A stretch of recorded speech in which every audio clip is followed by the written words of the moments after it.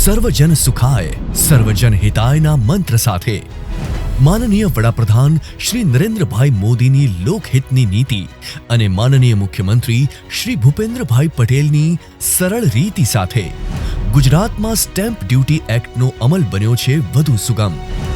હવે ગુજરાતમાં વડીલોપાર્જિત મિલકતમાં અવસાન પામેલી પુત્રીના વારસદારો દ્વારા થતા હક્ક કમીના ડોક્યુમેન્ટની ડ્યુટી ઘટીને ₹200 થઈ ગઈ છે અને ₹1 કરોડની લોન પર મહત્તમ 5,000ની મર્યાદામાં સ્ટેમ્પ ડ્યુટી ભરવાની રહેશે।